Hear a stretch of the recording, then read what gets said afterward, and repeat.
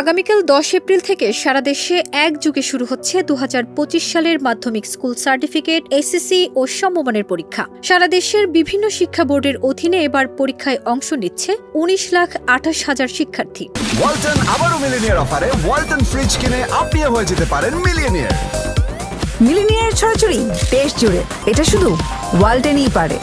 সুষ্ঠু, সুন্দর ও নকল মুক্ত পরিবেশে পরীক্ষা সম্পন্ন করতে বেশ কিছু নির্দেশনা দিয়েছে বাংলাদেশ আন্তঃশিক্ষা বোর্ড সমন্বয় কমিটি। 8 এপ্রিল এক বিজ্ঞপ্তির মাধ্যমে মোট 14টি নির্দেশনা প্রকাশ করা হয়। নির্দেশনাগুলো পরীক্ষার হলে আসন গ্রহণের আগে নিয়ম, প্রশ্নোত্তর লেখা এবং সুষ্ঠুভাবে পরীক্ষা সম্পন্ন করার নিয়মকে কেন্দ্র করে দেওয়া হয়।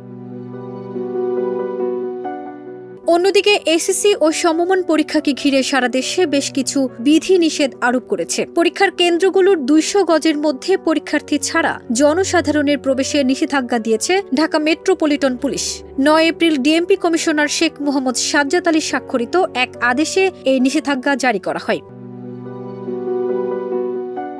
এতে বলা হয় 2025 সালের এসএসসি ও এসএসসি ভোকেশনাল, দাখিল ও দাখিল ভোকেশনাল পরীক্ষা আগামী 10 এপ্রিল থেকে ঢাকা মহানগরীর বিভিন্ন পরীক্ষা কেন্দ্রে অনুষ্ঠিত হবে। যেহেতু কেন্দ্রগুলোতে সুষ্ঠু ও শান্তিপূর্ণভাবে পরীক্ষা অনুষ্ঠিত হওয়া নিশ্চিত করা প্রয়োজন, সেহেতু ঢাকা মেট্রোপলিটন পুলিশ অর্ডিন্যান্সের 28 ও 29 ধারায় অর্পিত ক্ষমতা বলে পরীক্ষা কেন্দ্রসমূহের 200 গজের মধ্যে পরীক্ষার্থী এবং পরীক্ষা সংশ্লিষ্ট ব্যক্তি ব্যতীত জনসাধারণের অনধিকার প্রবেশ সম্পূর্ণরূপে নিষিদ্ধ থাকবে। এই আদেশ 10 এপ্রিল থেকে পরীক্ষা চলাকালীন পর্যন্ত বলবৎ থাকবে।